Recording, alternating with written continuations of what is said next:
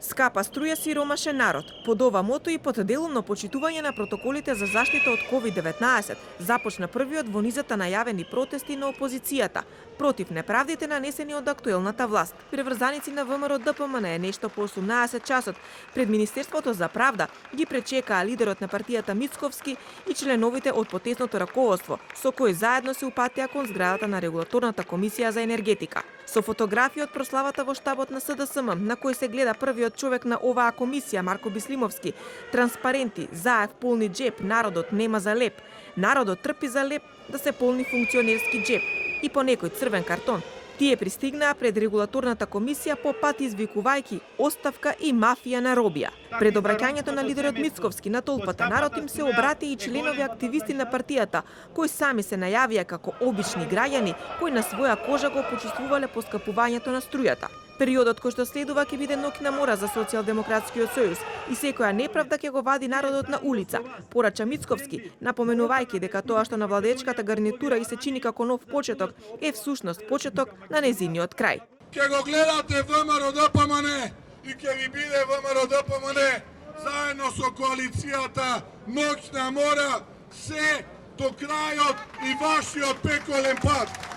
Од пред зградата на Регулаторната комисија за енергетика, Мицковски упати 3 клучни барања од овој протест, за кој одговор очекува во текот на следните денови. Првото барање, враќање на старата цена на електричната енергија. Второто наше барање, неделен викенд без данок на додадена вредност. Вие го ветивте тоа пред изборите за месец септември.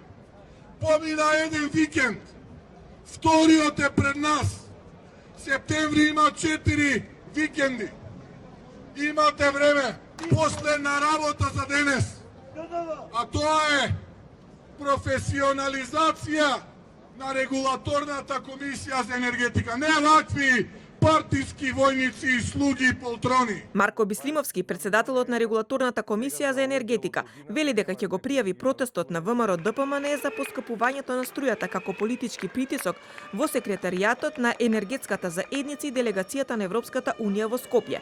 Во неговата изјава вели дека протестите се легитимен начин изразување на незадоволството, но овие протести се исклучително политички мотивирани, зашто напоменува дека соодветно ќе бидат известени европските институции, конкретно секретаријатот на Европската заедница со седиште во Виена и делегацијата на Европската унија во Скопје. Од Социјалдемократскиот сојуз вечерва пак преку соопштение порачаа дека протестот е дебакал и доказ за поразот на Мицковски.